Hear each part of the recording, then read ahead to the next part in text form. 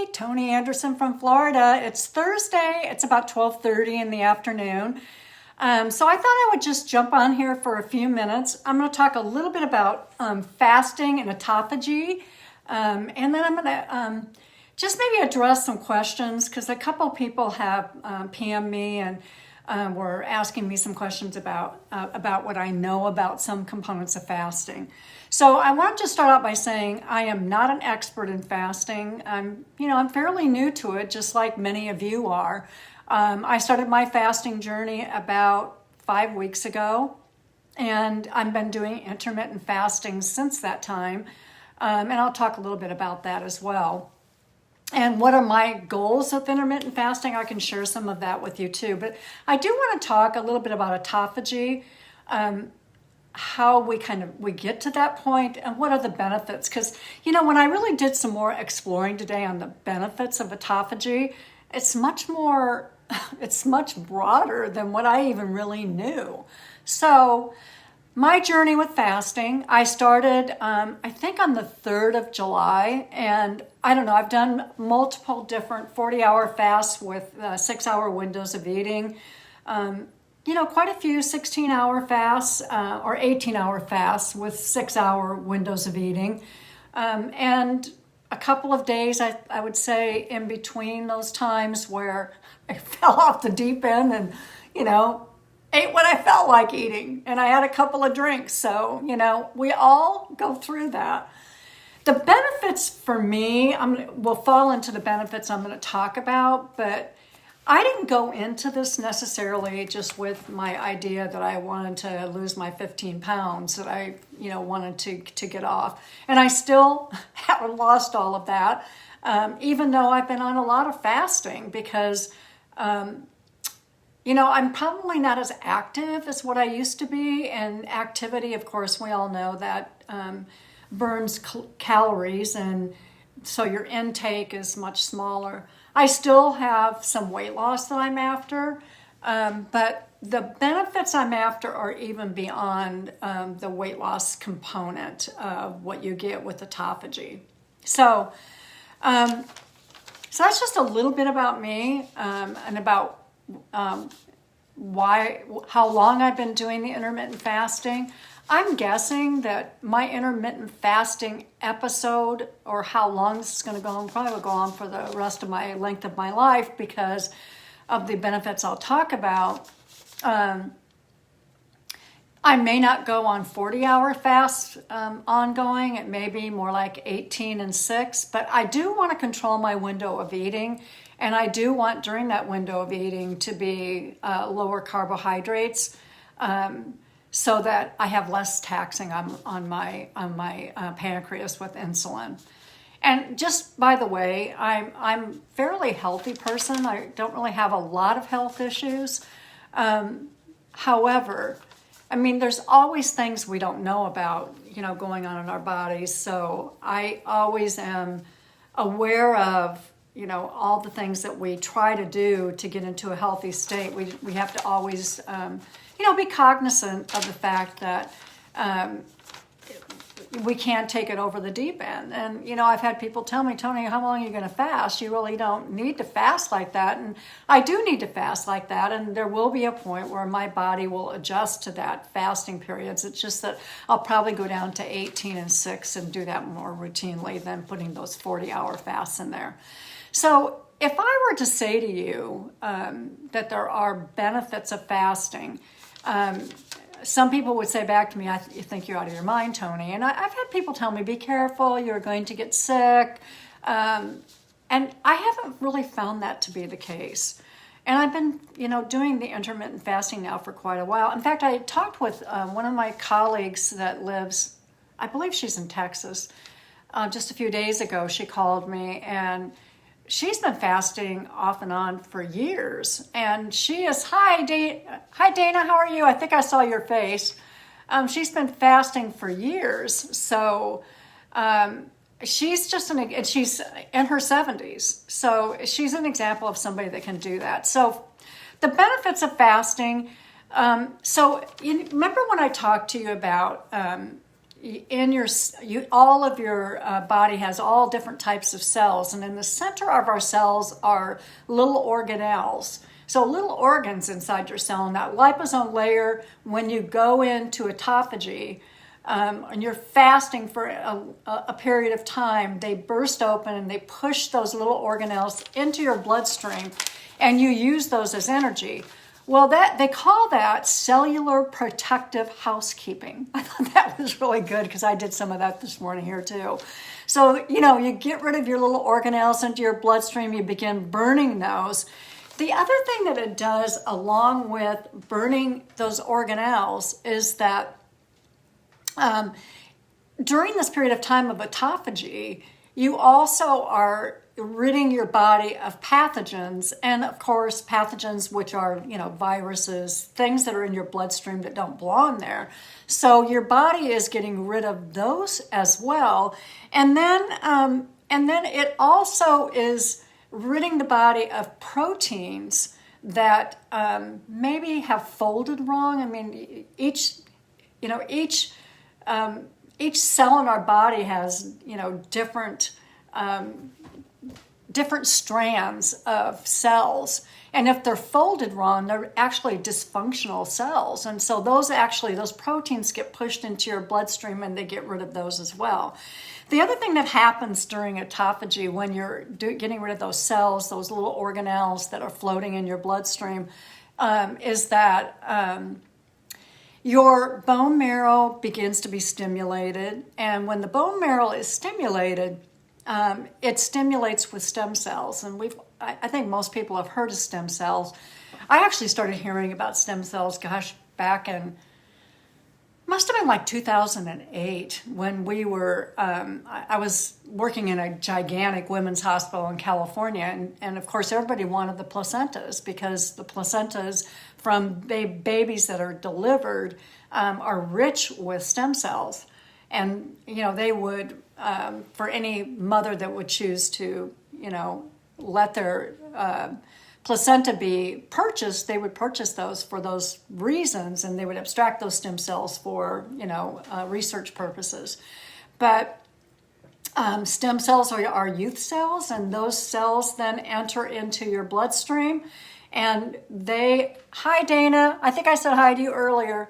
They enter our bloodstream, and they are our youngest cells. They're youth cells, and as we get older, our stem cells are not produced as readily from the bone marrow, and so it's really a way of us having that opportunity to have young, vibrant cells that are going to replace all these cells that we have now just pushed into our bloodstream that we're using now for energy.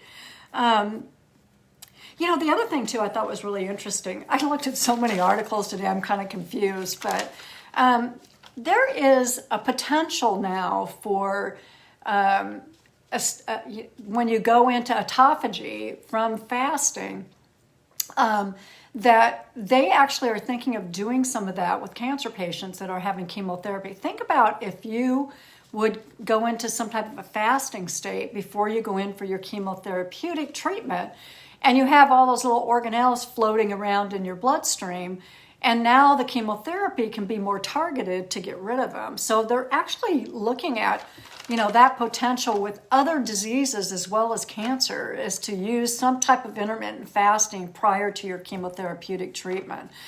Exercise, I also read, which I didn't realize this, that exercise can stimulate autophagy if you are doing a lot of it. And I'm guessing that because the studies that I looked at were a little bit over my head. So what I noted was that a lot of them that they studied, the people that they studied were people that were in, doing triathlons or Ironman or, really intense types of activities.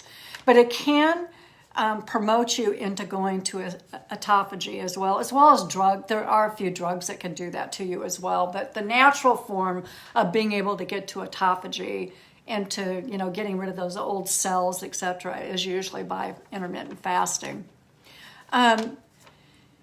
So, one thing I just wanted to mention, that when you're in autophagy, Your skeletal muscles make up about 40% of your total bulk in your body. So just think about 40% of your body is made up by all of your muscles that are striated muscles. They actually, if you looked at them, they look like there's stripes through them. And that muscle is your skeletal muscle. And that muscle further develops and becomes more bulky instead of losing our bulk as we get older because of our lack of activity and our lack of autophagy going on in our body. We usually lose muscle mass, but they're noting that during autophagy, while you're in that state with intermittent fasting, that your skeletal muscles further develop and can bulk up. And why, I was listening to a tape this last week from a cardiologist, and I think I've already mentioned his name several times in other videos, but he mentioned when you go into a gym or you're going to go out and you're going to exercise and say run or ride your bike for 15 miles, whatever that is, you should not have eaten prior to that period of time, because that in itself could place you into autophagy for a short period of time. So think about that as you're moving forward. Hi, how are you? Think about that. I think that's Jackie. Hi, Jackie. Think about that as you're moving forward with exercise, that if you want to maybe get into autophagy, don't eat anything. And really, you shouldn't eat anything prior to exercise. So I thought that was interesting because I've been around people over the years that they always want to have a big breakfast before they go into the gym, and they're saying not to do that. And I've read that in several places, and I've heard that on several videos. So just think about that as you're moving forward into doing more exercise. It slows the aging process, and I just mentioned why, because you're getting rid of all those old cells, all those old organelles, and where you're burning those for energy, and our stem cells now are being promoted. I talked about our skeletal muscle. It also increases the growth hormone, and that hormone is really prevalent and much higher in our bloodstream as when we're younger, and as we get older, it goes down in its in its amount that we find in the bloodstream. So that actually is stimulated, as well as testosterone. So, men oftentimes as they get older, and especially if they're exercising, they will oftentimes have testosterone injections or growth hormone injections. Women do too. So those types of hormones are increased like 2,000-fold, 2,000 times. In men, about 1,200% higher in women during autophagy. So another reason why autophagy is really important. I talked about stem cells. So you begin to decrease your body fat when you go into autophagy over periods of time. So, and you're increasing your muscle mass again, because autophagy promotes muscle growth versus deterioration of our muscles because maybe of lack of exercise or lack of going into autophagy.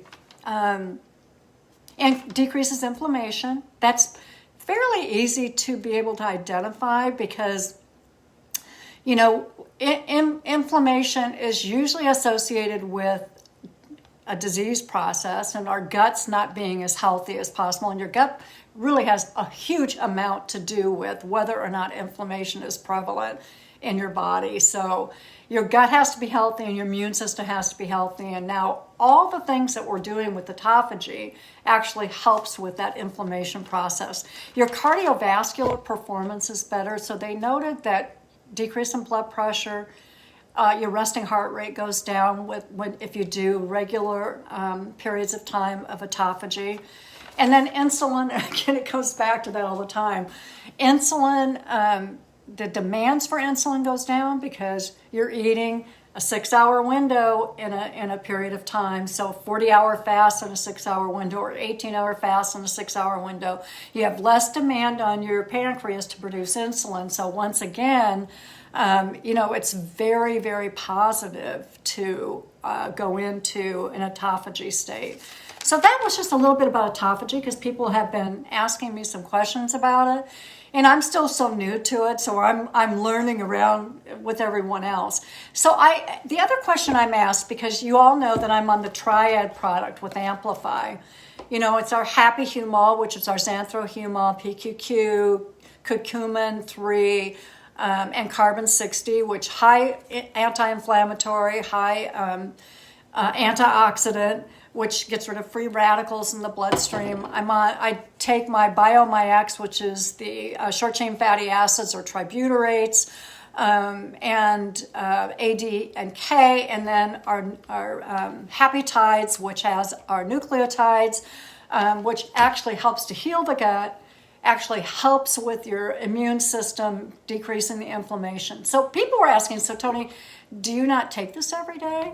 And so when I shared with them how I take this, because you don't want to break your fast, if you look at the content of these, they don't have sugars in them, and sugars have the tendency of breaking your fast. But what I do, on my 40-hour fast, I did not take the product until my 6-hour window of eating. So, you know, it ended up that I didn't take the products every day.